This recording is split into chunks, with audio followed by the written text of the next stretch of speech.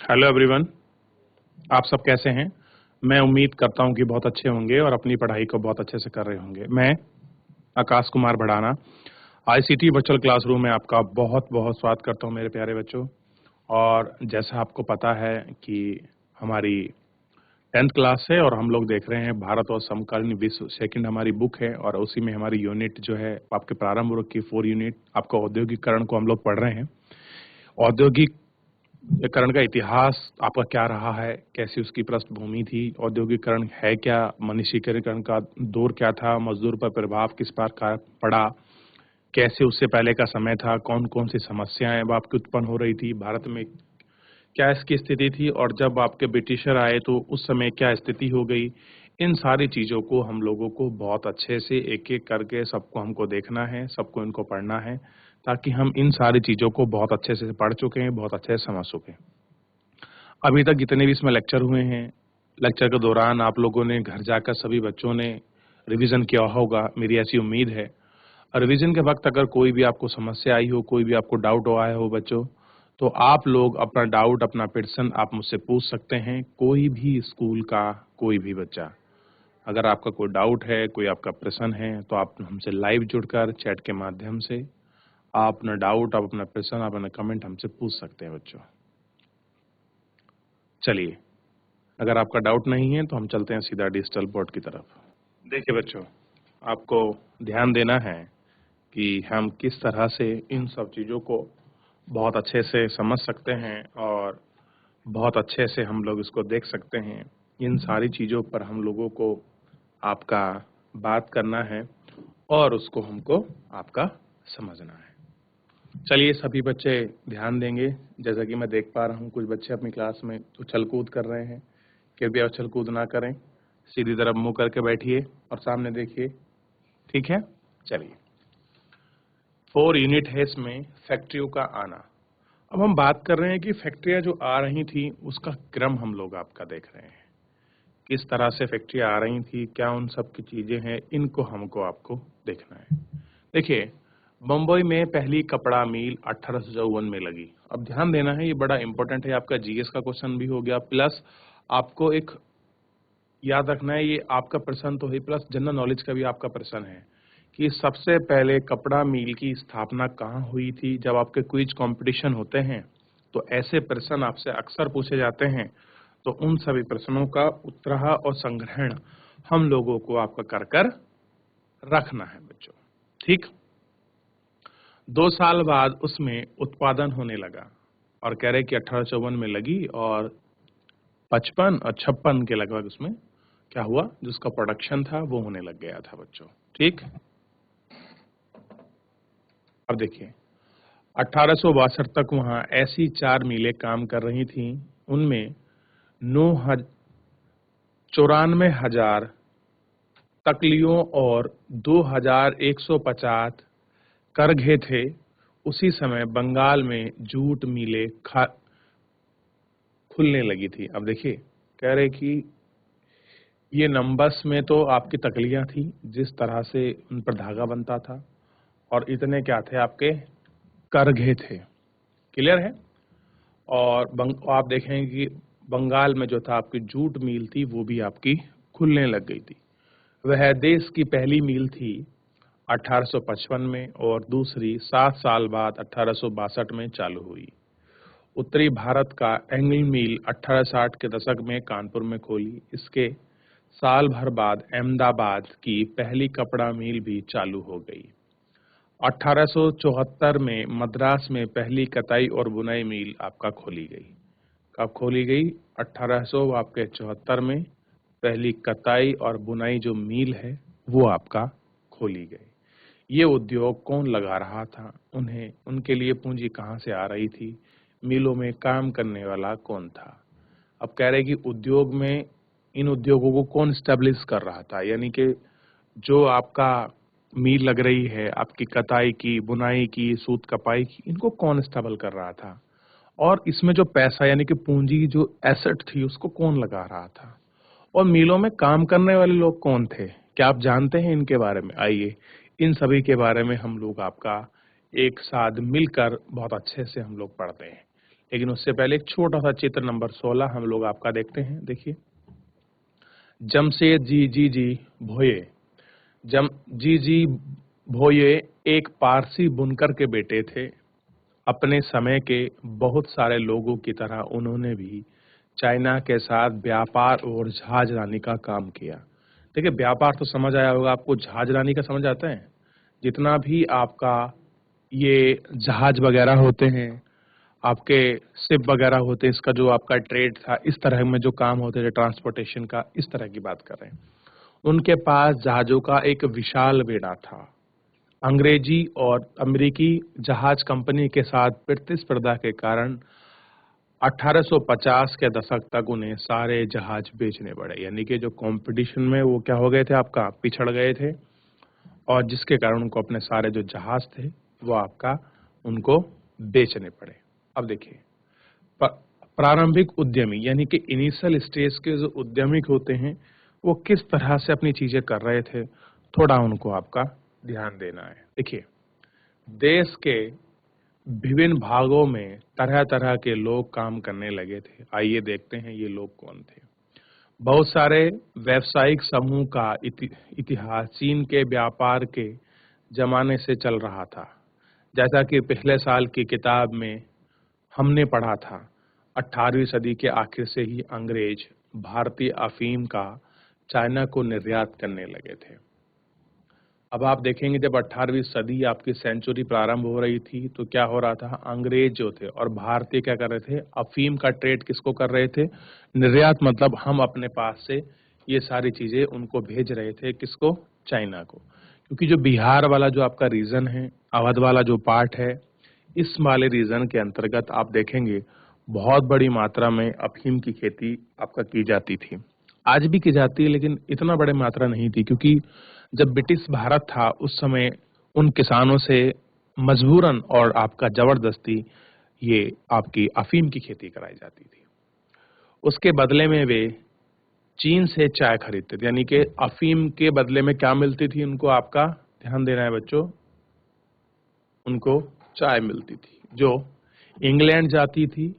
इस व्यापार से बहुत सारे भारतीय कारोबारी सहायक की हैसियत में पहुंच गए। वे पैसा उपलब्ध कराते थे, आपूर्ति निश्चित करते थे और माल को जहाजों में लाद कर रवाना करते थे। व्यापार से पैसा कमाने के बाद उनमें से कुछ व्यापारी भारत में औद्योगिक उद्यम स्थापित करना चाहते थे। क्या चाहते थे, भारत में कुछ उद्यमी था जिनको वो आपका स्थापित करना चाहते थे। बंगाल में द्वारकानाथ टैगोर ने चीन के साथ व्यापार में खूब पैसा कमाया। अब देखिए, एक व्यक्ति थे द्वारकानाथ आपका टैगोर, बड़े बंगाल के एक विद्वानों में से आपके माने जाते थे। उन्होंने क्या किया, वहां से खूब पैसा कमाया। वे उद्योगों में निवेश करने लगे। 1830-1840 के दशक में उन्हें 6 संयुक्त उद्यम कंपनी लगा ली थी। यानी कि उनके 6 ऐसे ज्वाइंट वेंचर के साथ वो लोग अपना क्या कर रहे थे, नया स्टार्टअप शुरू किया था। 1840 के दशक में आए व्यापक व्यावसायिक संकटों में और के साथ टैगोर के उद्यम भी बैठ गए थे। लेकिन 19वीं सदी में चीन के साथ व्यापार करने वाले बहुत सारे व्यवसायी सकल उद्योगपति भी साबित हुए। बम्बई में डीनस पेटिट और आगे चलकर देश के विशाल उद्योग की साम्राज्य स्थापित करने वाले जमशेदजी सर वान जी टाटा जैसे पारसियों ने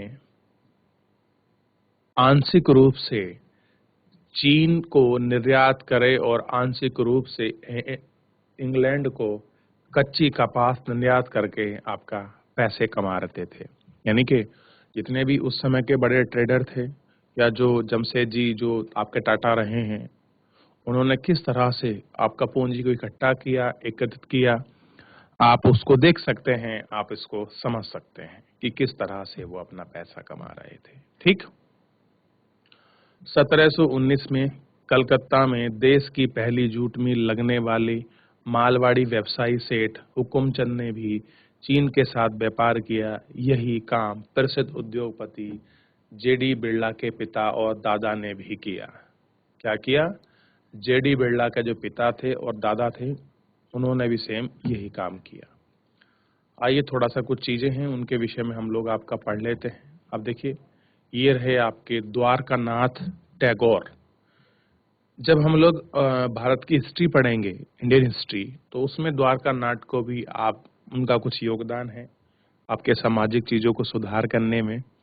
उन सारी चीजों को भी हम लोग इसी में आपका सम्मिलित करके उन सारे रूपों को पढ़ेंगे। देखिए, द्वारकानाथ टैगोर का विश्वास था कि भारत पश्चिमीकरण और औद्योगिकरण के रास्ते पर ही चलकर विकास कर सकता है। यानी कि अगर भारत का डेवलपमेंट करना है तो जो आपका पश्चिमीकरण का जो रास्ता है, यानी कि हमको नई नई टेक्नोलॉजी को एक्सेप्ट करना है। एजुकेशन सिस्टम भी आपका पश्चिमीकरण का ही भाग थी। उनको अगर हम उस रास्ते पे चलेंगे तो क्या होगा, उससे हमारा आपका डेवलपमेंट होगा, हमारा विकास होगा। उन्हें जहाजरानी, जहाज निर्माण, खनन, बैंकिंग, बागान, बीमा क्षेत्र में निवेश किया था। यानी कि बहुत सारे ऐसे सेक्टर थे जहां पर वे आपका निवेश कर रहे थे। यानी कि वो आधुनिकता को स्वीकार कर चुके थे और पश्चिमी देशों में जो चीजें हो रही थी उनको वो एक्सेप्ट करते थे, ताकि हम उस विकास के पथ पर चल सकें, हम उस विकास का साझेदार हो सकें, जिससे हमारी विकास में राह क्या हो, आसान हो। इसलिए वो सारे प्रयास, वो सारे प्रयत्न आपका कर रहे थे। क्लियर है? ध्यान रखना है। आगे देखिए, पूंजी इकट्ठा करने के लिए अन्य व्यापारिक नेटवर्क का सहारा लिया गया था। मद्रास के कुछ सौदागर बर्मा से व्यापार करते थे, जबकि कुछ के मध्य पूर्व व पूर्वी अफ्रीका में संबंध थे। इसके अलावा भी कुछ वाणिज्यिक समूह थे, लेकिन वे विदेशी व्यापार से सीधा जुड़े नहीं थे। वे भारत में ही व्यवसाय करते थे। वे एक जगह से दूसरी जगह माल ले जाते थे, सूद पर पैसे आपके चलाते थे, एक देश से दूसरे देश, एक शहर से दूसरे शहर पैसा पहुंचाते थे और व्यापारियों को पैसा देते थे। जब उद्योग में निवेश के अवसर आए तो उन्हें बहुतों ने फैक्ट्रियां लगा ली। यानी कि फूसों ने क्या हुआ, उसमें फैक्ट्री लगा ली। अब देखिए, जब नेटवर्क इकट्ठा हो रहा है, कुछ चीजें बन रही हैं, चैन की तरह आपके जुड़ रही हैं, ट्रेड हो रहे हैं, चाहे पूर्वी अफ्रीका रहा हो और भारत में ट्रेड हो रहा है, एक जगह से दूसरी जगह माल ले जाना, पैसा ले जाना, इन सब का आपका बहुत अच्छा कन्वीनियंट है। तो बहुत सारी चीजें में क्या होता है, आपका सुधार होता है, आपका रिफॉर्म होता है और चीजें हमको सीधा इम्पैक्ट में आपका दिखाई देती हैं। अब देखिए, जैसे भारतीय व्यापार पर औपनिवेशिक शिकंजा कसता गया, वैसे वैसे भारतीय व्यवसाय के लिए जगह सुकड़ती गई। उन्होंने अपना तैयार माल यूरोप बेचने से रोक लिया। अब वे मुख्य रूप से कच्चे माल और अनाज, कच्ची कपास, अफीम, गेहूं, नील का ही निर्यात कर सकते थे। अब देखिए, वो किस तरह से, या आप कह सकते हैं कि किन चीजों का ही वो आपका ट्रेड कर रहे थे। क्या था इसमें मुख्य रूप में, अगर हम सारी चीजों को देखें, कपास हो गया, ये गेहूं हो गया, इन सब तरह का जिनकी अंग्रेजों की जरूरत थी। धीरे धीरे उन्हें जहाजरानी व्यवसाय से भी आपका बाहर धकेल दिया गया। यानी कि जो ट्रेड था उससे भी उनको बाहर की तरफ आपका रास्ता दिखाया गया। पहले विश्व युद्ध तक यूरोपीय प्रतिबंधिकाएं एजेंसी भारतीय उद्योग के विशाल क्षेत्र का नियंत्रण कर रही थी। यानी कि जब फर्स्ट वर्ल्ड वॉर हुआ था तो उस समय जो भी आपकी मैनेजमेंट की जो एजेंसी थी और भारत का जितना भी विशाल आपका ट्रेड था, उस सारे सेक्टर को आपका नियंत्रण यानी कि मॉनिटरिंग करती थी उनको। एक बर्ड हीगल्स एंड्स कंपनी, यूट्रयूल और जार्डिन स्किनर एक एंड कंपनी सबसे बड़ी कंपनी थी। ये एजेंसी पूंजी जुटाती थी, संयुक्त उद्यम कंपनी लगाती थी और उनका प्रबंधन संभालती थी। यानी कि कुछ ऐसी एजेंसी कह सकते हैं आप, उनको संस्था कह सकते हैं, जो पैसा इकट्ठा करती थी और पैसे इकट्ठा करने के बाद वो क्या करती थी, आपका ट्रेड या ये सारी चीजें करती थी। ठीक है। अब देखिए, जब निवेश और व्यवसाय से संबंधित फैसले यूरोपीय एजेंसी लेती थी, यूरोपीय उद्यमों ने अपने वाणिज्यिक परिसंघ में जिन भारतीय व्यवसायों को शामिल किया गया था, कह रहे कि बहुत सारी चीजें थी जिनको इस परिसंघ में आपका क्या था, उन सबको आपका शामिल किया गया था। उन सारे संघ को, उन सारी चीजों को, हम लोगों को आपका एक एक स्टेप बाय स्टेप करके उन सबको आपका देखना था, उन सबको हम लोगों को आपका समझना था, और ताकि हम ये सारी चीजों को बहुत अच्छे से आपका समझ सकें, बहुत अच्छे से हम लोग आपका कर सकें। इस तरह से काम चला था। अब इस तरह से छोटा सा आप एक इमेज देखिए, चित्र 18 आपको मिलेगा।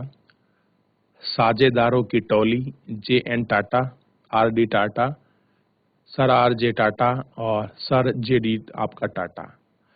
1912 में JN टाटा ने जमशेदपुर में भारत का पहला लोहा एवं इस्पात संयंत्र स्थापित किया।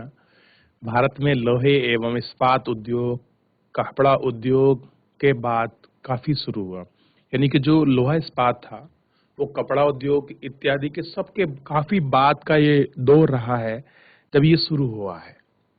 ठीक है, अब देखिए, औपनिवेशिक भारत में औद्योगिक मशीनी, रेलवे और लोकोमोटिव का ज्यादा आयात किया गया था, इसलिए स्वतंत्रता मिलने तक भारी उद्योग को कोई खास आगे नहीं बढ़ा सका।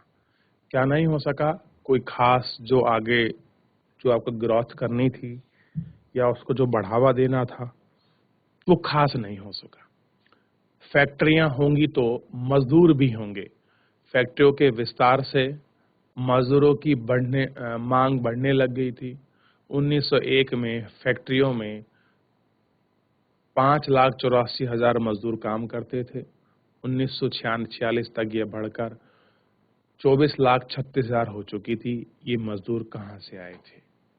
कह रहे हैं कि जो जिस तरह से आपके मजदूर आ रहे थे, ये मजदूर कहाँ से आए थे, कौन थे ये मजदूर और कैसे ये अपना इतना बड़ा ग्रोथ कर रहे थे। अब एक चित्र हमको दिया गया है, चित्र नंबर 19 को देखें। बंबई के एक मील के युवक कामगार 20वीं सदी की शुरुआत, जब मजदूर गांव जाते थे तो अच्छे कपड़े पहनने की कोशिश करते थे। देखिए, ये उस समय का एलीट वर्ग में था, मतलब जो टॉप क्लास से था, उनके बाद का जो नीचे तबका था वो इस तरह की अपनी वेशभूषा और कपड़े रखता था। यानी कि हर कोई आदमी अपना डेवलपमेंट और अपना बदलाव की उम्मीद रखता है। क्लियर है? देखिए, फैक्ट्रियां होंगी तो मजदूर भी होंगे, तो ये सब चीजें इसी में थी ना। अब देखिए, ज्यादातर उद्योग इलाकों में मजदूर आसपास के जिले से आते थे। कह रहे कि जो औद्योगिक इलाके हैं, जो भी क्षेत्र हैं औद्योगिक, उनमें सब क्या होता था कि इन सब में ये सारी चीजें आपकी कहीं ना कहीं ये आपका पास पड़ोस से आती थी। ठीक है ना? कहाँ से आते थे? पास पड़ोस जिले से आते हैं।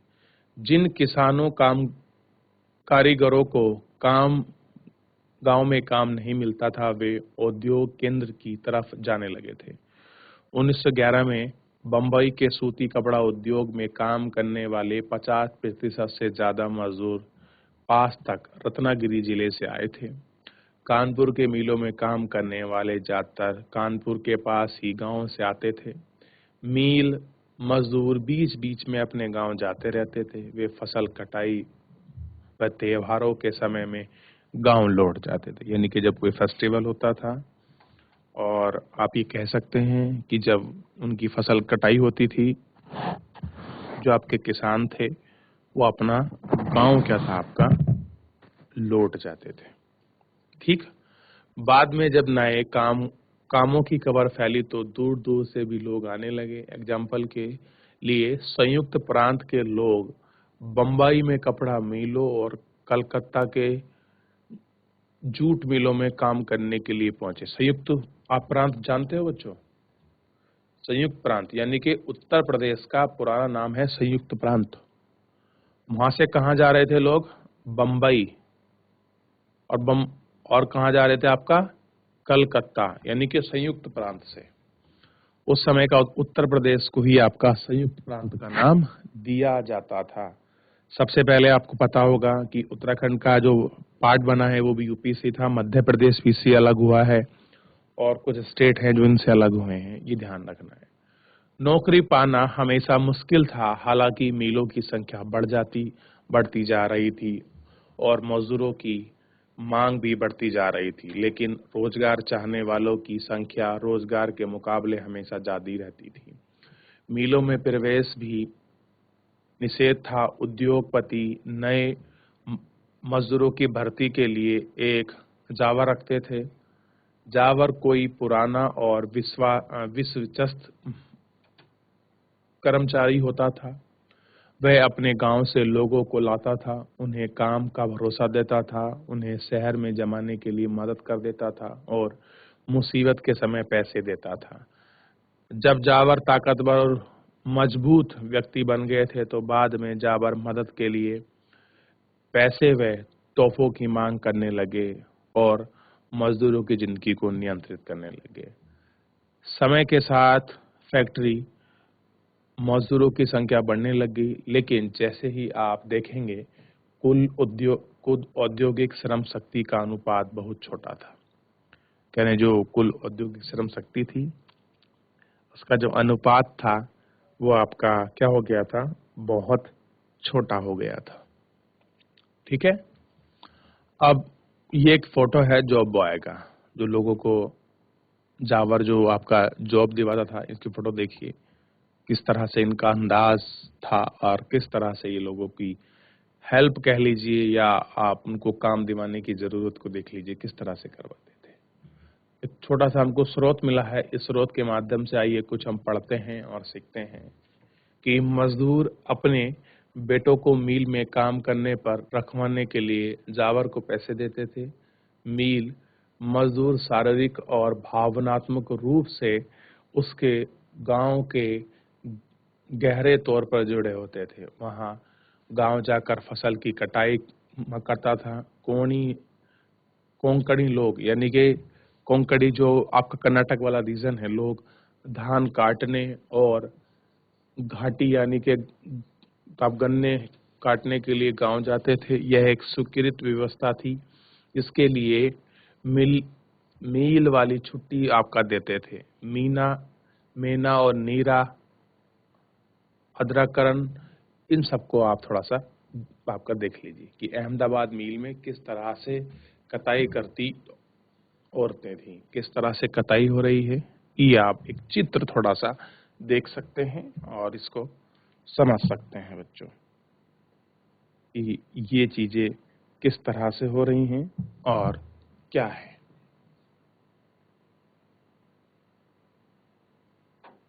देखा आप लोगों ने बच्चों, आप इनको समझ सकते हैं और इनको सबको आप जान सकते हैं बहुत अच्छे से। अब अगला थोड़ा सा हम लोग इसमें देखते हैं, जो हमारी नई यूनिट है। ठीक है, ध्यान दीजिए।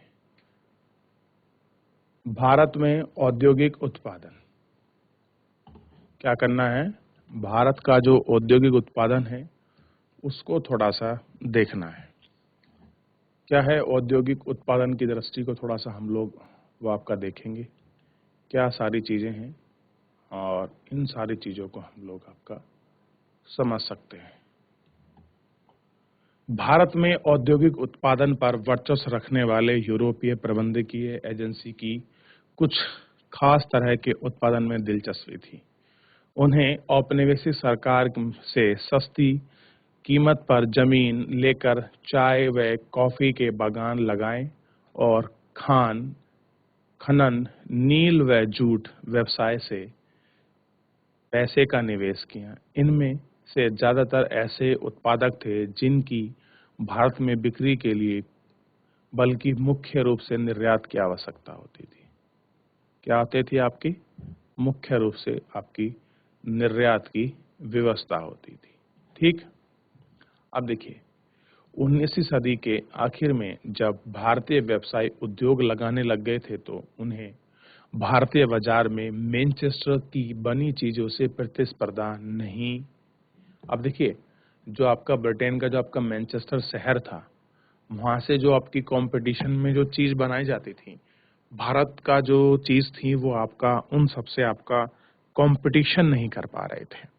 क्या नहीं कर पा रहे थे? उनसे अपना प्रतिस्पर्धा जो थी वो नहीं होती थी, क्योंकि मैनचेस्टर का बना कपड़ा बहुत पतले धागे का होता था और बहुत ही फाइन क्वालिटी का होता था। किस तरह की चीजें थी, आइए इसको देखते हैं। भारत आने वाले ब्रिटिश मालों में धागे बहुत अच्छे नहीं था, इसलिए भारत की शुरुआती सूती मिल कपड़ा के बजाय मोटे सूती धागे ही बना जाते थे। कैसे बन रहे थे? मोटे धागे।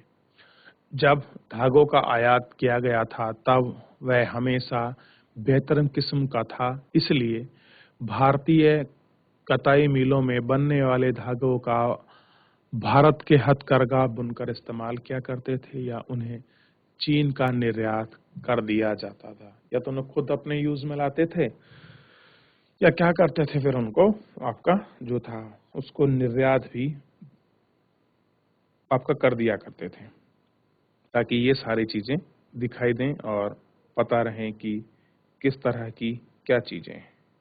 इनको थोड़ा सा आपको ध्यान रखना है। ठीक, आगे देखिए। 19वीं सदी के पहले दशक में भारत में औद्योगिकरण का ढर्रा कई बदलाव की चपेट में आ चुका था।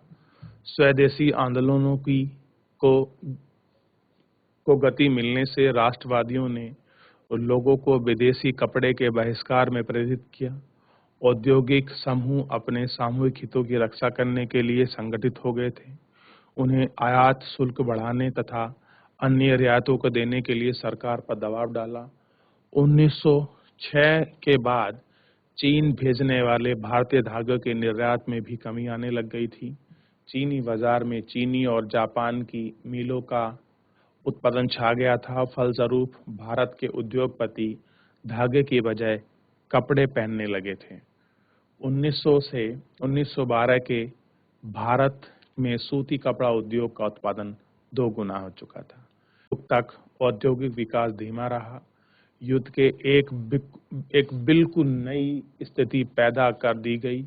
ब्रिटिश कारखाने सेना की जरूरतों को पूरा करने के लिए युद्ध संबंधी उत्पादन में व्यस्त थे, इसलिए भारत में मैनचेस्टर के रातों रात एक विशाल देसी बाजार मिल गया।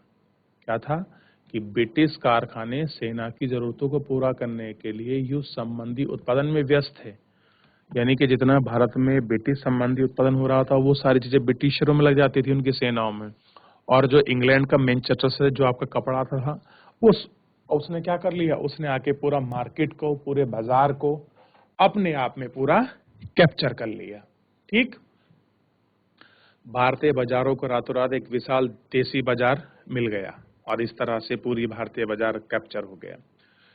युद्ध लंबा खिंचता तो भारतीय कारखानों में ही फौज के लिए जूट की बोरियां, फौजियों के लिए वर्दी, कपड़े, टेंट, चमड़े के जूते, घोड़े व खच्चरों की जीन व बहुत सारे अन्य सामान बनने लग गए।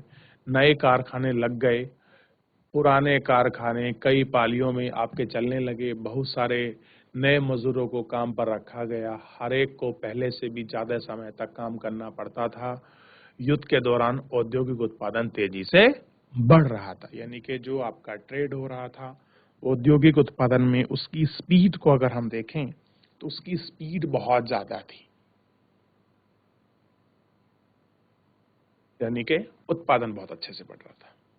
अब देखिए, युद्ध के बाद भारतीय बाजार में मैनचेस्टर को पहले वाली हैसियत कभी हासिल नहीं हुई।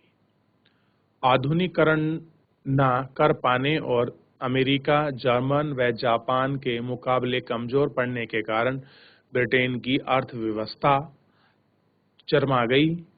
कपास का उत्पादन बहुत कम रह गया और ब्रिटेन से होने वाले सूती कपड़ों के निर्यात में जबरदस्त गिरावट आई।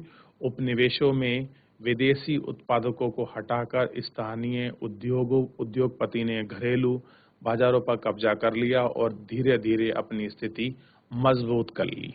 क्या हो गया? धीरे धीरे किस तरह से आपकी जो स्थिति थी उनको आपका मजबूत कर ली। ठीक है, अब देखिए, इसी में आपकी नई यूनिट शुरू होगी, लघु उद्योग की बहुतायता, कि भारत में किस तरह से कॉटेज इंडस्ट्री थी, एमएसएमई उद्योग थे, उन उद्योग की क्या स्थिति थी, उन सारे उद्योग के विषय में हम लोग इस चैप्टर के माध्यम से उसको पढ़ेंगे। और उसको समझेंगे कि क्या चीज़ थी, किस तरह का उद्योग था। इन उद्योगों को आपका समझना बहुत आपका ज़रूरी था, ताकि हम लोग इन सब उद्योगों को आपका बहुत अच्छे से आपका देख चुके हैं और बहुत अच्छे से इनको हम समझ चुके हैं कि क्या किस तरह की चीज़ें थी।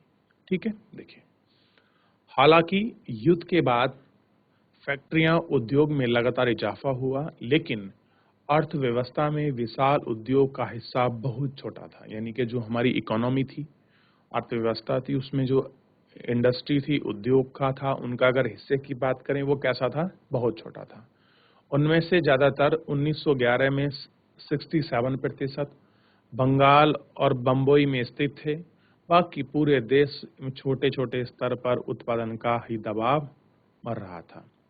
पूंजीकृत फैक्ट्रियों में कुल औद्योगिक श्रम शक्ति का बहुत छोटा किस्म काम कर रहा था। यह संख्या 1911 में 5% और 1931 में 10% थी। बाकी मजदूर गली मोहल्लों में स्थित छोटी छोटी वर्कशॉप और घरेलू इकाइयों में काम कर रहे थे।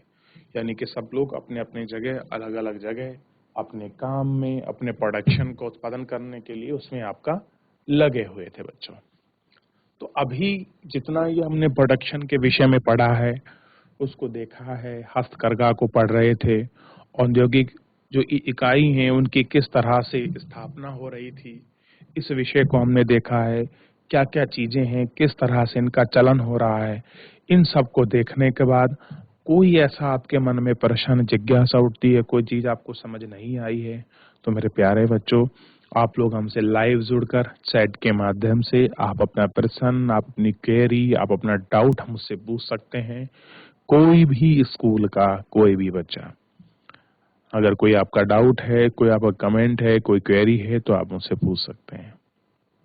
अब तक जितना हमने पढ़ा है, देखिए, थोड़ा सा ना ये जो टॉपिक है, इसमें विश्व परिप्रेक्ष्य को लेकर भारत के साथ उसकी जुड़ी घटनाओं को, इवेंट्स को, कहानियों को समाहित कर कर हमको उन सारी चीजों को आपका समझाया गया है, ताकि हम उनको बहुत अच्छे से हम उनको पढ़ सकें, उनको देख सकें।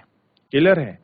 इस तरह से ये सारा जो काम है वो आपका किया गया है, और हमको उन पर ध्यान देना चाहिए। हमको उन कहानियों को, उन पार्ट्स को, उन हिस्से को, उन जानकारियों को अपने में समाना चाहिए, ताकि हम इन सब चीजों को बहुत अच्छे से आपका देख चुके हैं और बहुत अच्छे से इनकी बात कर चुके हैं। क्लियर है बच्चों? ध्यान रहेगा इतना सभी को? तो इस तरह से आपको सबको ध्यान रखना है। चलिए, ध्यान है इतना, आगे बढ़ते हैं और कितनी स्थिति बची है अभी देखते हैं। देखिए, कुछ मामले में तो 20वीं सदी के दौरान हाथ से होने वाले उत्पादन में दरअसल इजाफा हुआ था।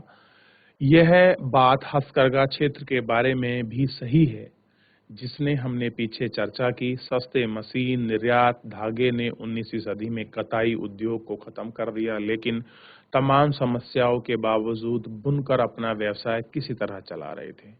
20वीं सदी में हस्तकरघाओं पर बने कपड़ों के उद्योग में लगातार सुधार हुआ। 1900 से 1940 के बीच में 3 गुना हो चुका था। यानी कि विगत 40 साल में हस्तकरघा में जो बढ़ावा दिया वो कितना था? बस आपका विगत 40 का था। ठीक, ऐसा कैसे हुआ? और कह रहे हैं कि ऐसा हो क्या गया